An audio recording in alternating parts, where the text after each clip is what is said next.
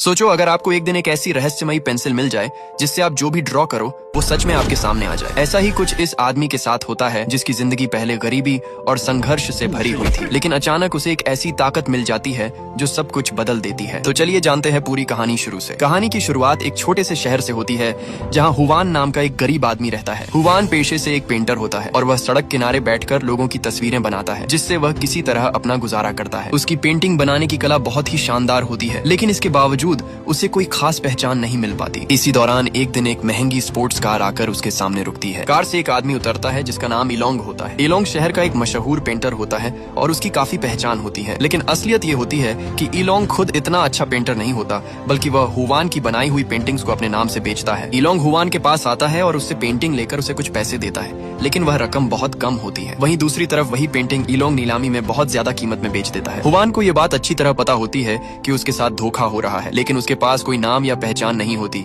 इसलिए वह कुछ कर नहीं पाता। इसके बाद दिखाया जाता है कि इलोंग की एक गर्लफ्रेंड होती है जिसका नाम लिसा होता है। लिसा पहले हुवान की गर्लफ्रेंड हुआ करती थी, लेकिन उसने उसे छोड़ दिया था क्योंकि वह एक अमीर और बेहतर जिंदगी चाहती थी। अब वह इलोंग के साथ रहती है और यह बात हुवान को अंदर ही अंदर काफी दुख देती है। इसके बाद हुवान की जिंदगी का दूसरा पहलू दिखाया जाता है जहाँ उसकी वर्तमान गर्लफ्रेंड एनी को दिखाया जाता है। एनी जन्म से अंधी होती है और वह एक छोटे से सैलून में मसाज का काम करती है। वहाँ आने वाले कुछ ग्राहक उसके साथ गलत व्यवहार करने की कोशिश करते हैं, लेकिन पैसे की मजबूरी के कारण वह चुप रहती है। एक दिन हुवान अचानक वहाँ पहुँचता है और जब वह देखता है कि कुछ लोग एनी को परेशान कर रहे हैं तो वह उन लोगों से लड़ने लगता है, लेकिन उन लोगों की संख्या ज्यादा होती है, इसलिए वे हुवान को बुरी तरह पीट देते हैं। उसकी हालत खराब हो जाती है, लेकिन एनी उसके साथ खड़ी रहती है और उसका ख्याल रखती है। इसके बाद हुवान के दोस्त जॉन की एंट्री दिखाई जाती है। जॉन हुवान का सबसे अच्छा दोस्त होता है। उसे उसके माता पिता ने घर से निकाल दिया होता है क्योंकि वह परिवार का बिजनेस संभालना नहीं चाहता था और वह भी पेंटर बनना चाहता था। अब वह हुवान के साथ रहता है। जॉन एक टिकटॉक स्टार लड़की को पसंद करता है और उसे खुश करने के लिए लगातार उसे महंगी गिफ्ट भेजता रहता है। वह अपने ज्यादातर पैसे उसी पर खर्च कर देता है। जब हुवान उसे समझाने की कोशिश करता है कि वह अपना पैसा और समय बर्बाद कर रहा है, तब जॉन उल्टा उसे ही कह देता है कि उसका पेंटर बनने का सपना भी बेकार है। ये बात सुनकर हुवान चुप हो जाता है। इसके बाद दोनों दोस्त रात में छत पर बैठकर शराब पीते हैं और वहीं सो जाते हैं। इसी रात एक महत्वपूर्ण घटना होती है। अचानक हुवान की आंख खुलती है और वह आसमान में एक अजीब सा दृश्य देखता है। वह देखता है कि एक एलियन स्पेसशिप आसमान में उड़ रहा है। यह देखकर वह हैरान हो जाता है और छिपकर उसकी तस्वीर लेने की कोशिश करता है, लेकिन वह कैमरे का फ्लैश बंद करना भूल जाता है, जिससे एलियंस को पता चल जाता है कि कोई उन्हें देख रहा है। इसके बाद वे तुरंत वहाँ से गायब हो जाते हैं, लेकिन जाते समय वे एक अजीब सी छड़ी जैसी चीज वहीं छोड़ जाते हैं। हुवान उस चीज को उठाकर अपने साथ घर ले आता है। अगली सुबह हुवान अपने दोस्त जॉन को रात की पूरी घटना के बारे में बताता है। वह कहता है कि उसने सच में एलियंस देखे थे, लेकिन जॉन उसकी बात पर विश्वास नहीं करता और उसे लगता है कि यह सब उसका भ्रम या सपना था। इसी दौरान हुवान की नजर उस छड़ी पर पड़ती है जिसे वह पिछली रात लाया था। वह सोचने लगता है कि शायद ये सब सच था। इसके बाद एक सीन में दिखाया जाता है कि हुवान एक बच्चे के लिए पेंटिंग बना रहा होता है। तभी उसकी पेंसिल का रंग खत्म हो जाता है। तब वह उस अजीब छड़ी को पेंसिल की तरह इस्तेमाल करता है और एक गोल सर्कल बनाता है। कुछ ही सेकंड बाद वह सर्कल अचानक एक असली पत्थर में बदल जाता है। ये देखकर हुवान हैरान रह जाता है। इसके बाद वह दोबारा कोशिश करता है और इस बार एक सेब बनाता है। कुछ ही पल बाद उसकी बनाई हुई पेंटिंग से एक असली सेब बाहर आ जाता है। अब उसे यकीन हो जाता है कि यह छड़ी कोई साधारण चीज नहीं है। इसके बाद वह तुरंत अपने दोस्त जॉन को बुलाता है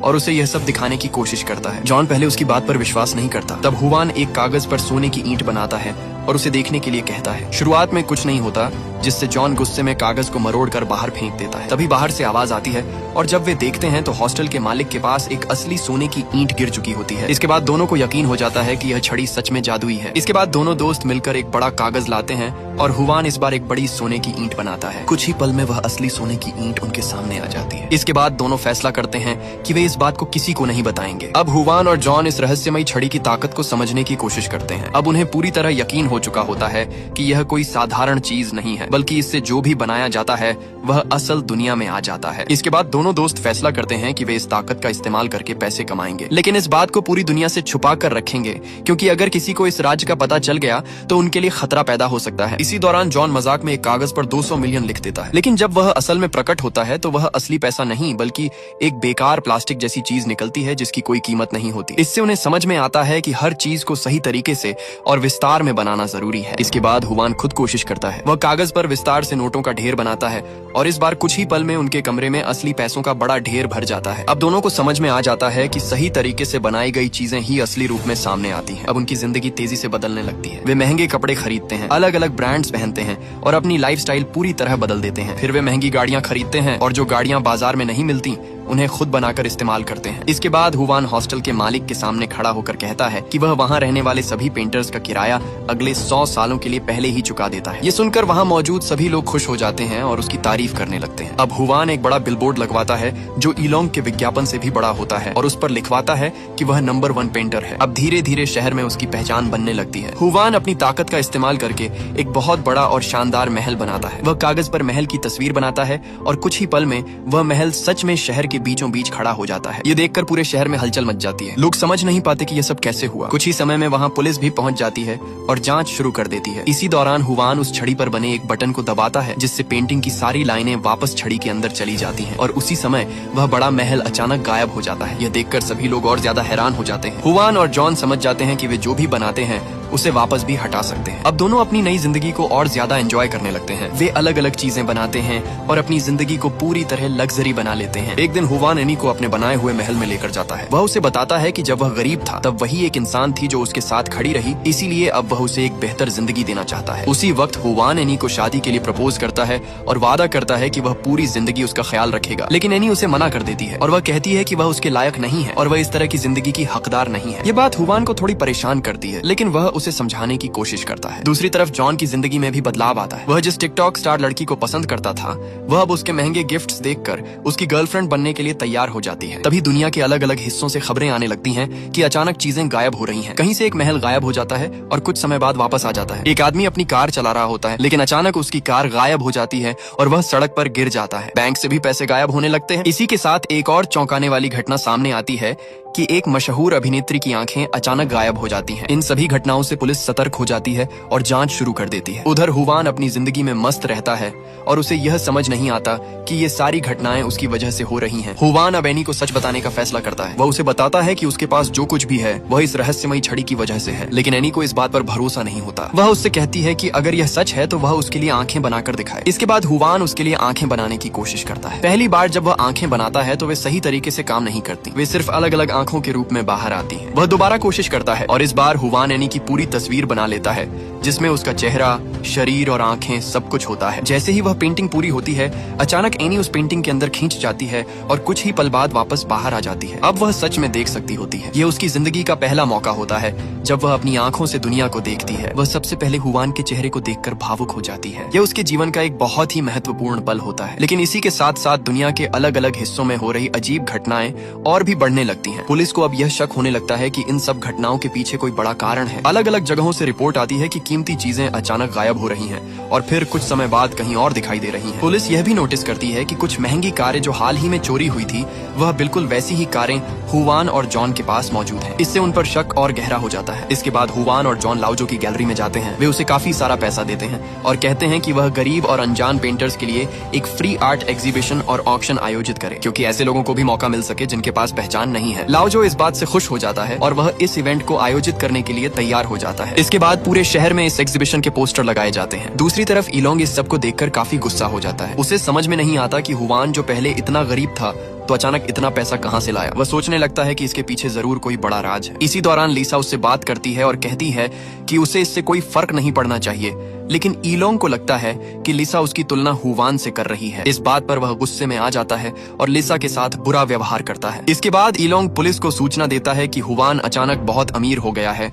और शायद वह किसी गैर कानूनी काम में शामिल है। अब एग्जीबिशन का दिन आ जाता है। वहाँ बहुत सारे लोग आते हैं और हुवान की पेंटिंग्स इस बार बहुत अच्छी कीमत में बिकती हैं। उसकी एक पेंटिंग 3 लाख युवान तक में बिक जाती है, जो पहले कभी संभव नहीं था। लेकिन जब यह सब चल रहा होता है तभी पुलिस वहाँ पहुंच जाती है और हुवान से पूछताछ शुरू कर देती है। वे उससे पूछते हैं कि उसके पास इतना पैसा कहां से आया। पुलिस यह भी बताती है कि उसकी कुछ कारें उन कारों से मिलती जुलती हैं जो हाल ही में चोरी हुई हैं, इसलिए वे उस पर शक कर रहे हैं कि वह चोरी के मामले में शामिल हो सकता है। इसी दौरान जॉन आगे आता है और पुलिस से पूछता है कि क्या उनके पास कोई पुख्ता सबूत है। पुलिस के पास कोई ठोस सबूत नहीं होता, इसलिए वे उसे गिरफ्तार नहीं कर पाते और वहां से चले जाते हैं। लेकिन अब पुलिस उन दोनों पर नजर रखने लगती है। इसके बाद जब हुवान घर लौटता है तो वह इन सभी घटनाओं के बारे में सोचने लगता है। धीरे धीरे उसे समझ में आने लगता है कि वह जो भी चीज बनाता है वह असल में कहीं से गायब होकर यहाँ आ रही है। यानी वह नई चीजें नहीं बना रहा, बल्कि उन्हें एक जगह से दूसरी जगह ला रहा है। यह बात समझते ही वह चौंक जाता है। उसे तुरंत याद आता है कि एनी की आंखें भी उसी ने बनाई थी। इसका मतलब ये हो सकता है कि वे आंखें किसी और की हों। इसी समय खबरों में यह दिखाया जाता है कि एक मशहूर अभिनेत्री की आंखें अचानक गायब हो गई थीं। अब हुवान को शक होने लगता है कि कहीं एनी की आंखें उसी अभिनेत्री की तो नहीं है। ये सोचकर वह परेशान हो जाता है। इसी दौरान रात में एक और घटना होती है। लिसा, जिसे इलोंग ने मारा था, वह हुवान के घर आती है। वह उससे अकेले में बात करना चाहती है। दोनों बैठकर बातचीत करते हैं और अपनी पुरानी यादों को याद करते हैं। लिसा उससे माफी मांगती है कि उसने उसे छोड़ दिया था। हुवान कहता है कि यह उसकी गलती नहीं थी, क्योंकि वह उस समय गरीब था और वह बेहतर जिंदगी चाहती थी। धीरे धीरे बातचीत के दौरान हुवान अपना सबसे बड़ा राज भी बता देता है। वह उसे उस रहस्यमयी छड़ी के बारे में सब कुछ बता देता है और कहता है कि उसी की वजह से उसकी जिंदगी बदली है। लेकिन हुवान को यह नहीं पता होता कि इलोंग ने लिसा पर एक छुपा हुआ कैमरा लगा रखा है, जिससे वह उनकी पूरी बातचीत देख रहा होता है। अब इलोंग को इस रहस्य के बारे में पूरी जानकारी मिल जाती है। अगले दिन हुवान, जॉन, एनी और जॉन की गर्लफ्रेंड चारों मिलकर बैठते हैं और सोचते हैं कि अब उन्हें क्या करना चाहिए। हुवान बताता है कि जो कुछ भी उन्होंने बनाया है वह असल में चोरी है। ये सुनकर सभी लोग गंभीर हो जाते हैं। जॉन कहता है कि अगर वे सब कुछ वापस कर देंगे तो उनकी जिंदगी फिर से पहले जैसी हो जाएगी। इसी दौरान वह यह भी पूछता है कि क्या हुवान चाहता है कि एनी फिर से अंधी हो जाए। ये सुनकर हुवान चुप हो जाता है। लेकिन तभी एनी खुद कहती है कि वह फिर से अंधी हो जाना पसंद करेगी, लेकिन किसी और की आंखें लेकर नहीं जीना चाहती। ये बात सभी को भावुक कर देती है। इसके बाद जॉन की गर्लफ्रेंड भी कहती है कि अब जब उसे सच पता चल गया है तब भी वह जॉन के साथ रहना चाहती है। आखिरकार चारों यह फैसला करते हैं कि वे उस छड़ी को पुलिस को सौंप देंगे ताकि कोई भी उसका गलत इस्तेमाल न कर सके। लेकिन जब वे उस छड़ी को लेने के लिए जाते हैं तो देखते हैं कि वह वहां से गायब हो चुकी है। अब उन्हें समझ में आता है कि कोई उसे चुरा चुका है। अब उन्हें इस बात का अंदाजा हो जाता है कि यह काम इलोंग का ही हो सकता है, क्योंकि वही उनके राज्य के बारे में जान चुका था। दूसरी तरफ दिखाया जाता है कि अब वह छड़ी इलोंग के हाथ में आ चुकी होती है। जैसे ही उसे इस छड़ी की ताकत के बारे में पता चलता है, वह तुरंत इसका इस्तेमाल करना शुरू कर देता है। वह सबसे पहले अपने लिए एक बहुत बड़ा और आधुनिक आर्ट एग्जीबिशन सेंटर बनाता है, जो पहले कभी नहीं देखा गया होता। इसके बाद उसका लालच और बढ़ने लगता है। वह सिर्फ एक आर्ट सेंटर पर नहीं रुकता, बल्कि वह एक विशाल राजमहल भी बना देता है। ये महल किसी साधारण जगह पर नहीं, बल्कि एक बेहद महत्वपूर्ण जगह पर बनाया जाता है, जिससे आसपास के लोगों में घबराहट फैलने लगती है। इलोंग अब खुद को एक राजा की तरह देखने लगता है। वह इस महल में रहना शुरू कर देता है और खुद को सबसे शक्तिशाली मानने लगता है। इसके बाद वह एक मशहूर ब्यूटी क्वीन को जबरदस्ती अपने पास ले आता है ताकि वह उसे अपनी रानी बना सके। वह एक मंच तैयार करता है और सबके सामने ऐलान करता है कि अब वह इस पूरे राज्य का राजा है और यह लड़की उसकी रानी होगी। उधर पुलिस को भी इस महल और इलोंग की हरकतों के बारे में पता चल जाता है। उन्हें यह समझ में आ जाता है कि यहाँ कुछ बहुत गलत हो रहा है। इसी वजह से पुलिस वहाँ पहुँचने की तैयारी करती है। दूसरी तरफ हुवान और उसके दोस्त भी इलोंग को रोकने के लिए वहाँ पहुँचते हैं। जब वे महल के पास पहुँचते हैं तो देखते हैं कि वहाँ पहले से ही काफी हलचल मची हुई है। हुवान इलोंग से बात करने की कोशिश करता है। वह उसे समझाता है कि यह छड़ी कोई जादुई चीज नहीं है, बल्कि यह सिर्फ चीजों को एक जगह से दूसरी जगह ले जाती है। इसका मतलब है कि वह जो भी बना रहा है वह असल में किसी और से चोरी हो रहा है। लेकिन इलोंग उसकी बात मानने से इनकार कर देता है। वह कहता है कि दुनिया का नियम यही है कि अगर किसी को कुछ मिलता है तो किसी और से छिनता है। वह अपने लालच में पूरी तरह अंधा हो चुका होता है। इसी दौरान पुलिस वहां पहुंच जाती है और इलोंग को गिरफ्तार करने की कोशिश करती है। लेकिन इलोंग इतनी आसानी से हार मानने वाला नहीं होता। वह कहता है कि वह इस दुनिया से दूर चला जाएगा जहाँ उस पर कोई कानून लागू नहीं होगा। वह कहता है कि वह चांद पर जाकर रहेगा। इसके लिए वह उस छड़ी का इस्तेमाल करके एक स्पेसशिप बनाता है। लेकिन जैसे ही वह स्पेसशिप बनता है, वह असल में वही एलियन जहाज निकलता है जो पहले धरती पर आया था। कुछ ही देर में उस जहाज से एलियंस बाहर आते हैं। वे सीधे हुवान से पूछते हैं कि उनकी मशीन कहाँ है। हुवान उनकी बात समझ जाता है और वह इलोंग की तरफ इशारा करता है जिसके पास वह छड़ी होती है। लेकिन अब स्थिति और भी खतरनाक हो जाती है, क्योंकि इलोंग अपने बचाव के लिए एक टैंक बना लेता है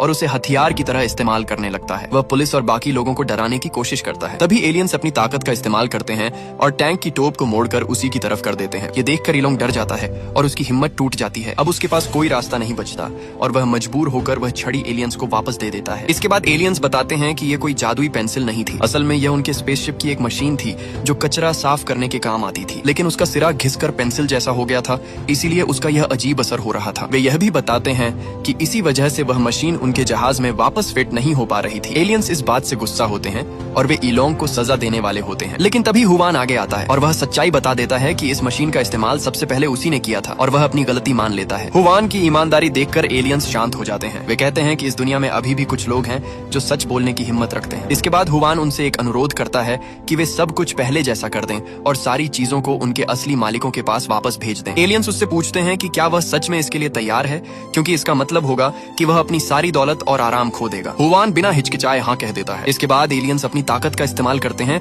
और जो भी चीजें बनाई गई थी उन्हें वापस उनकी असली जगह पर भेज देते हैं। महल गायब हो जाता है, पैसे वापस चले जाते हैं और सभी कीमती चीजें अपने असली मालिकों के पास पहुंच जाती हैं। इसके साथ ही एनी की आंखें भी वापस चली जाती हैं, जिससे वह फिर से अंधी हो जाती है। इसी दौरान एक और चीज होती है कि एलियंस का स्पेसशिप भी गायब हो जाता है। है क्योंकि वह भी उसी छड़ी से बनाया गया था। इसके बाद वे किसी तरह अपने गृह पर वापस चले जाते हैं। दूसरी तरफ इलोंग के पास जो भी चीजें थी सब गायब हो जाती हैं। यहाँ तक कि उसके कपड़े भी वापस चले जाते हैं और वह लगभग बिना कपड़ों के रह जाता है। पुलिस उसे गिरफ्तार कर लेती है क्योंकि उसने लिसा के साथ मारपीट की थी और उसके खिलाफ केस दर्ज होता है। कहानी के अंत में दिखाया जाता है कि कुछ समय बाद हुवान फिर से सड़क किनारे बैठकर पेंटिंग बना रहा होता है और उसकी जिंदगी फिर से पहले जैसी हो जाती है। अब भी वह गरीब होता है और उसकी पेंटिंग पहले की तरह नहीं दिखती, लेकिन इस बार उसके चेहरे पर शांति होती है क्योंकि उसने सही फैसला लिया होता है। और इसी के साथ ये कहानी खत्म हो जाती है।